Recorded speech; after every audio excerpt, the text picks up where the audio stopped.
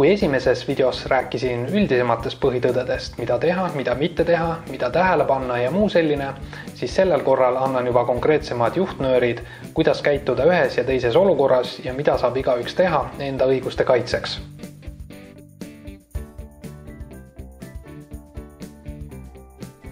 Kui eraisik ostab kasutatud sõiduki ettevõttelt, automüügiplats või mingi muu ettevõte, kusjuures selle ettevõtte tegevusalaks ei pea tingimata olema kas sõidukite vahendamine või sõidukite müük, siis sellist suhet loetakse tarbijasuhteks ja see on oluline teada seetõttu, et tarbijasuhetes kaitseb seadus vägagi ülekaalukalt just nimelt ostjat, kuivõrd müüjat. Müüjale on sätestatud seadusega sellistes olukordades teavitamiskohustus, ehk et see tähendab siis seda, et müüja ei tohi midagi varjata seonduvalt sõiduki ja sellel asuvate omadustega ja ka puudustega. Et müüjal on oluline kohustus tarbijat teavitada kõigist sõidukiga kaasnevatest omadustest ja see on nüüd jällegi see koht, kus tarbijana te saate ise ka palju juurde küsida, paluda täpsustusi ja nii edasi.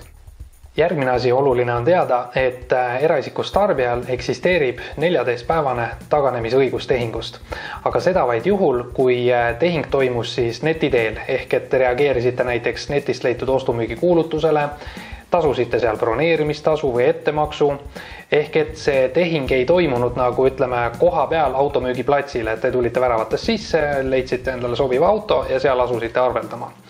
Ja see 14-päevase taganemisõiguse puhul eksisteerib selline hea põhimõte, et te ei peagi põhjendama, et miks te soovite sellest sõidukist loobuda ja selle müüjale tagasi anda. Sugugi ei pea seal mitte mingeid põhjendusi esile tooma. Ja kui on siis selline olukord tekkinud, et teile see sõiduk kas või ei meeldi või seal on mingid muud põhjused, siis piisab sellest, kui te müüjale esitate siis soovitavalt ikkagi kirjalikult, maili teel on seda kõige lihtsam, mõistlikum teha, taganemise avalduse, et soovite sõiduki tagasi tuua ja soovite ka oma makstud raha tagasi saada.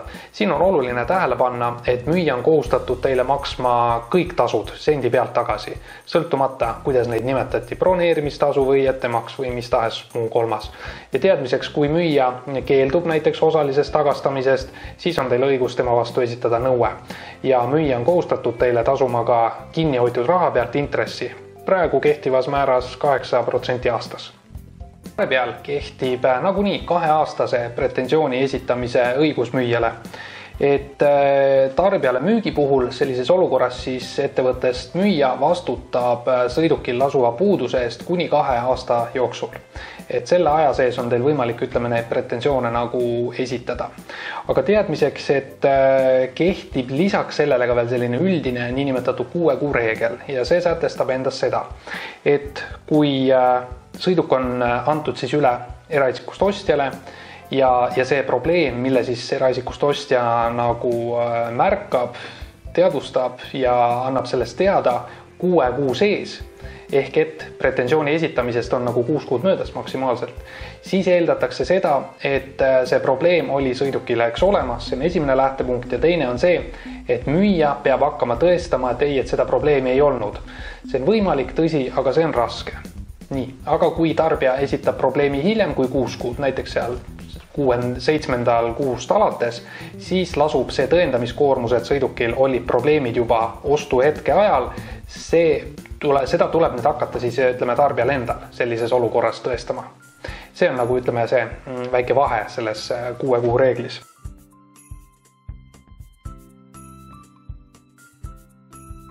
Üks kõige olulisem vahe on sellises olukorras see, et 2 eraisiku vahelises automüügi ostusuhtes ei kehti 14-päevast taganemisõigust.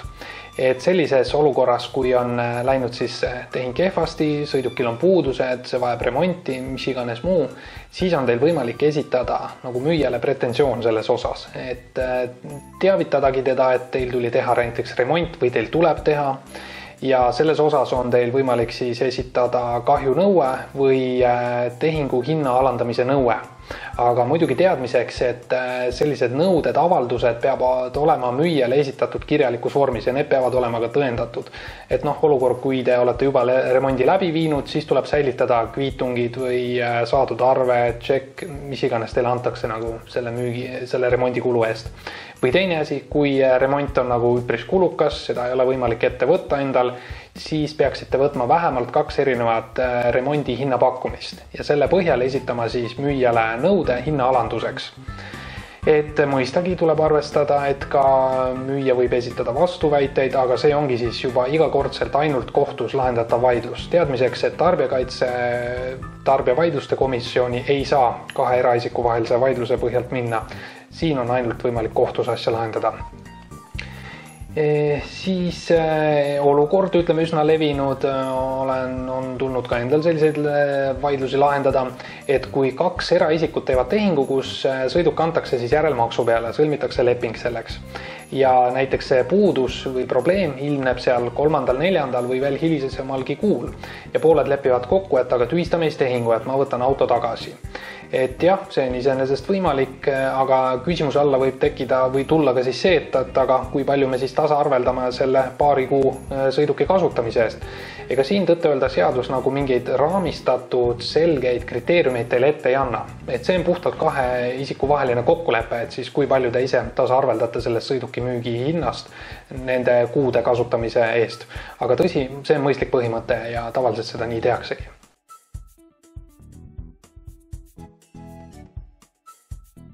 Kui eraisik on ostnud juriidiliselt isikult siis sõiduki ja sellega tekib probleem, arusaamatused oma vahel, siis selliseid vaidlusi lahendab Tarbijakaitseameti tarbijavaidluste komisjon. Aga teadmiseks, et nimetatud komisjoni otsus ei ole sundtäidetav, ehk et kui näiteks teie kasuks mõistetakse välja mingisugune rahaline hüvitis, siis kohtutäituri poole selle tarbijavaidluste komisjoni otsusega pöörduda ei saa. Ja samuti ei saa te sellises komisjonis oma kantud õigusabikulusid tagasi. Mis tõttu minu soovitus ausalt öeldes on pigem see, et säästke aega ja pigem minge otse kohtusse. Kui ikkagi suudate nagu enda kasuks selle olukorra igakülgselt ära tõestada. Ja teadmiseks, et kui kohtus esindab teid advokaat või jurist ja temale tekivad õigusabikulud, siis need pannakse kaotaja kanda. Ja samuti see otsus, mille kohus siis langetab, kui see tuleb soodne ja teie kasuks, siis see on võimalik otse anda kohtutäiturile. Et see on ka, ütleme, tihti selline arusaamatusi tekitav küsimus, et tarbijavaidluste komisjonis, mõneti ma võiks öelda, võib-olla asjad käivad kiiremini, tõsi, aga teadmiseks, et kui siis ettevõte saab kehva otsuse tema kahjuks, siis temal on õigus ja võimalus vaidlustada kohtus. Aga see faas on teil võimalik vahele jätta ja seal aega mitte raisata, et pigem efektiivsem on kindlasti minna otse kohtusse selle asjaga. Olen üpris kindel, et nüüd selle 2 video valguses on antud edasi mitmesuguseid seadustes esinevaid tõlgendusi selges lihtsas keeles ja nendest on abi siis vältimaks probleeme, vaidluseid. Aga kui need vaidlused probleemid tekivad, siis andke endast mulle julgelt teada. Tänan kuulamast ja vaatamast.